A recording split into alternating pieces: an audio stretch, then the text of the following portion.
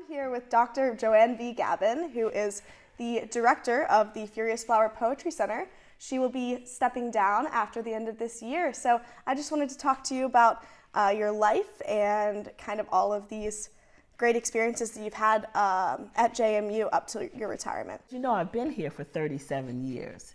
And when my husband and I came in 1985, I basically came to accompany him. But my husband said in interviewing, if I'm going to consider James Madison University, I also have to make sure that my wife has a position as well. So that was part of the bargain, that I would come as long as I had a job here. So I came as a part of the English department in, as I said, 1985. And I joined the department and realized that I needed to do a lot of work in terms of setting up African American studies in the English department. So I started that process. Some of my efforts were not as appreciated as I'd hoped they would be. It was interesting that my students really loved my courses in world literature and my course in African American literature, and they talked to each other, and somehow it got to the provost that here's a great teacher. And so at the time they were looking for an honors program director. And I think when he realized that I was such a good teacher and I could possibly bring this love for teaching, this experience with pedagogy to the honors program, Russ Warren was the provost at the time, asked me, would I be interested in doing that? And of course I wasn't at first. You know, I hadn't any idea that I was going to come to JMU to be director of the honors program. What I did say, I would consider it. And so I said after a while, yes, I would do it. But I need to teach 2 courses a semester. He said, no, if you're going to do this job the way I think you're going to do it, you're going to need you need to teach 1 class instead of 2, and you need to stay for 3 years instead of 2, as I had planned. Well, you know, 19 years later, I was still director of the honors program, and I loved it because I was able to meet some of the best students at JMU, students who took risks, students who were interested in a little more than just grades. They were interested in a learning experience. So I took a lot of pride into signing off on their theses and helping them come up with special projects to do in the honors courses and the seminars. So it was a great, great experience. In fact, in 2005, when Dr. Rose asked me whether I would like to have a Furious Flower Poetry Center, I was reluctant about that because somehow change for me was a little difficult. And my daughter said, Mom, just think about it, change is good. And my daughter was so wise because in my position now as executive director of the Furious Flower Poetry Center, I was able to direct all of my energy to supporting, celebrating Black poets and also preserving their work. And so that's the reason why today we have an amazing archive that's being housed at JMU libraries. And we just got a wonderful Andrew Mellon Foundation grant to develop the infrastructure for this digital archive. So going from a situation where there's very little to offer in the English department around African American literature, now we have a center on campus that focuses on Black poetry. In fact, was the very first center, academic center, devoted to Black poetry in the world. And now we have a world-class archive on the center at the library. So we've gone 180 degrees to a very, very fortunate conclusion here for me. And you will be stepping down in the summer, right? I will be stepping down June 30th. So officially, in the fall, I will be officially stepping down, but I will leave my office June 30th, yes. And how do you feel giving so much time, however many years, into JMU and putting that into JMU and creating the Furious Flower Poetry Center from nothing? How do you feel leaving that behind and leaving it, with your assistant? Yeah, I feel very, very good about that. I was thinking 2 or 3 years ago about succession plan. Because, I'm at the age where I could have retired maybe 10 years ago if I'd wanted to. But I wanted to make sure that I did it the proper way. I think good leadership would always include understanding how you're going to pass along what you've done to a successor.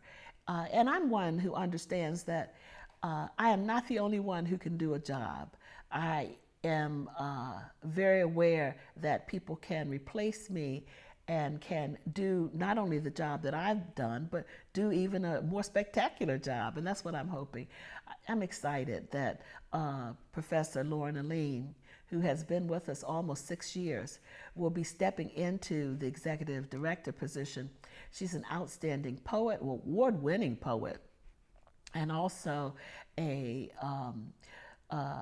woman who has done really well with her MFA and has taught at the University of Dubuque and other places. So when she comes, she will come with a lot of skills. And when she comes to the position, she'll come with a lot of skills. And we're hoping that she's going to continue her pet project, The Fight and the Fiddle, and that we're going to have a new assistant director who will take her place. So we will have a full staff. We have now a communications and marketing specialist. We have a full-time administrative assistant. We hope to, of course, bring in at the end of the summer the new assistant director. And in next year, in 2023, we should have a faculty fellow whose position is being paid for by the Mellon Grant. So Furious Flower will be fully staffed, and that's a long way from my being the director and having an assistant director and a part-time administrative assistant to do the work that we've done.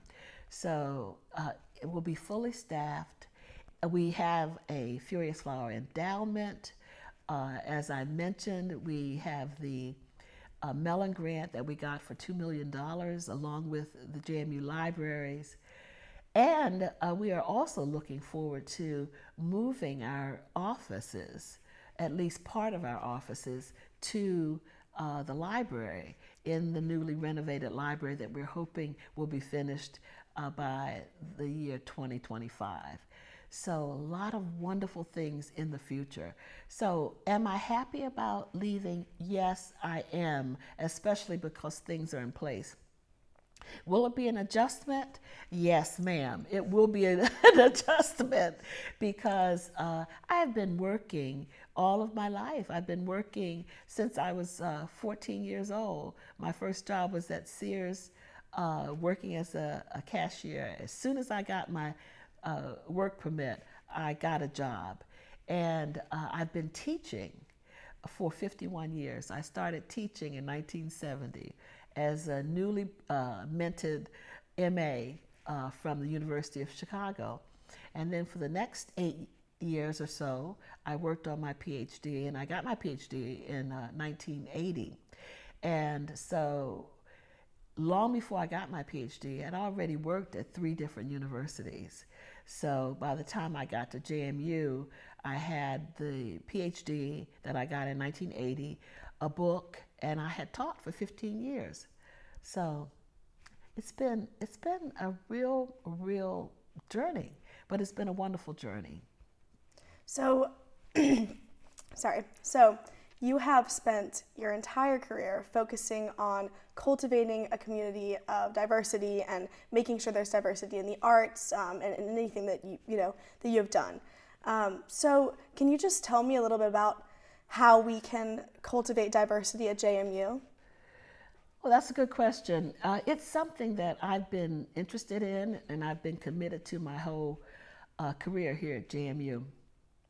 Because I was honors director and a sort of high profile administrator, most of the time I've been here, often I would be one of the stops on the itinerary of diverse candidates who were coming. Faculty members, staff members often came to Hillcrest to meet me, to see me, to have me talk about how was it to be a Black woman living in Harrisonburg, or what was it like to be on the faculty at James Madison University, or what were some of the problems that I encountered, or how was the collegiality in my particular department.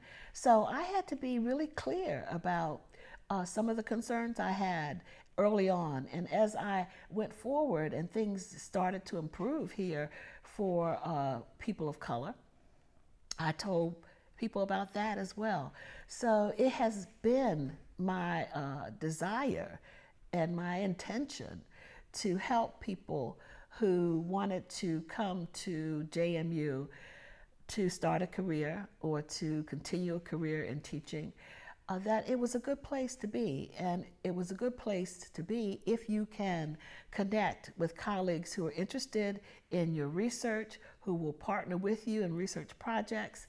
One of my pet peeves was that often we would have women, especially Black women, come into the university, and before long they were leaving the university, and sometimes they would leave the university without having other jobs. And I would wonder, what was so bad about this situation that would make them want to leave without having a job? And so I said, we should have exit interviews so we know what went wrong. I had put my energy into recruiting many of these women, and I wanted to know why they were leaving. So I remember that we had a meeting of the Black women on the faculty and staff over in the Arboretum many, many years ago. And several women who are now on the staff were there, and they were saying that it was difficult here. They didn't have a lot of support from their departmental faculty, or that the tenure process was cloudy in terms of what they needed to do. And Bessie Mahanja is a wonderful member of the faculty and now administrator, said that I sort of lectured them, and I said, women that I know of, Black women like my aunts and women in the neighborhood, when they saw that they didn't have something they needed, they would do something about it. When Black women needed cover for their children, needed warmth for their children, they didn't throw their hands up and say, oh, woe is me. They got scraps of cloth and they made a quilt. And when they needed to feed more people than they had in their families, they added a little water to the stew, a few more potatoes, and they fed the community. When they knew that they were not going to be able to go to the store to buy canned goods, they grew vegetables. So I said, you are better than this. You can be here. You can do what you need to do here. You just have to be more resourceful. And so she pointed out that lecture to me, and I said, okay, I must have said that. But I wanted to encourage them. Well, out of that grew what we now have on campus, an organization that is called Sisters in Session. And it is headed up by an amazing faculty member by the name of B.J. Bryson, Dr. B.J. Bryson. So, and we have now close to, about 35 women or more in that particular group. So I was glad that I encouraged them to really understand that this was not a perfect place when I came. It will never be a perfect place, especially for Black women and people of color. But it's getting better. So I've stayed here long enough to see things really change for the good. And I'm happy about that. I am so delighted that in the College of Arts and Letters, we have now had 2 cohort hires, one in Black Studies and one in Latinx Studies. So you're talking about 14 new people of color, you know, on our campus who will interact with our students in really profound ways.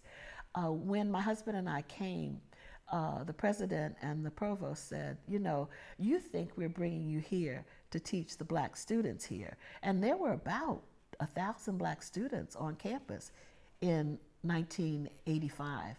But no, we're not bringing you here to teach the Black students only. We're bringing you here because the white students here, all of the students here at JMU need to see you, deserve to see you. And after a while, really, I felt they were absolutely right. Those students that encountered me in the honors program needed to know there was a Black woman interested in their education, interested in their development. Often when their parents would come to sort of, you know, find out about the honors program, get an orientation, they would ask, well, are you the director? I said, yes. Oh, you mean you are the director of a part of the honors program, right? No, I am the director. And it really uncovered for me a lot of prejudice and stereotypes in the community, because these are people who are sending their students to, their children to JMU, and they really think that excellence always has a white face. And I disabused them of that notion. Excellence has a Black face as well. So, yeah. Dr. Gabbin, what's your legacy at JMU? Well, I've thought for a very long time that my legacy will be my students. My students are the most important part of what I've done here at JMU, whether it was as honors director or as the director of the Furious Flower Poetry Center. My students have been the ones who have given me the feedback that made me understand that what I was doing was important. I have talked about Carmen R. Gillespie, who was my first graduate student here at JMU. She entered my class as an undergraduate and changed her major from psychology to English because of me, and then stayed on to become a master's student in English. And graduated, did her work on Toni Morrison as a graduate, went on to Emory University and got a PhD in comparative literature, and then became an outstanding scholar in Toni Morrison and also Alice Walker. I think about all of I just mentioned Carmen Gillespie, but I could list 100 students who are out there who would want their names to be said, and I won't say them because I will always miss some names. But they are my legacy. The women who are part of Lambda Chi chapter of Alpha Kappa Alpha are included in that, because for more than 20 years I was the graduate advisor to Lambda Chi, and I helped those women to develop as young ladies and understand what service was all about on the campus and in the community. And these women have gone on to become graduate members of the Alpha Kappa Alpha Sorority Incorporated. So whether they were in my classes, whether they were honor students that I mentored and advised, or whether they were sorority sisters that I advised, They are my legacy. Those are the people who will write me and call me and tell me that I've done something that is important in their lives. The one story that everybody knows about is, of course, Sean Tobin. Sean Tobin was a business major and an honor student in the early 1990s, and he was not doing well as an honor student, but he was doing quite well as a business student. And I had to kick him out of the honors program, but because I said, you're not going to achieve a 3.2 GPA by the time you graduate, so you just as well step out of the program, do well with your business degree, and use your charm, your intellect, and everything you have going for you, and just be brilliant in business. And that's what he did. And he came back some 25 years later and established the Dr. Joanne Gabbin scholarship in the Honors College. And it was the first faculty fellowship, if you will, in the Honors College. So I'm really pleased about that. So Sean Tobin is my legacy. Carmen Gillespie is my legacy. And we now have the Carmen Gillespie Fellow. And anyone who takes that particular fellowship, wins that fellowship, here on JMU's campus will also be a part of my legacy. So that's the best way I can answer that question. All right, well, thank you so much for meeting with me, Dr. Gabbin, and back to you guys at the desk.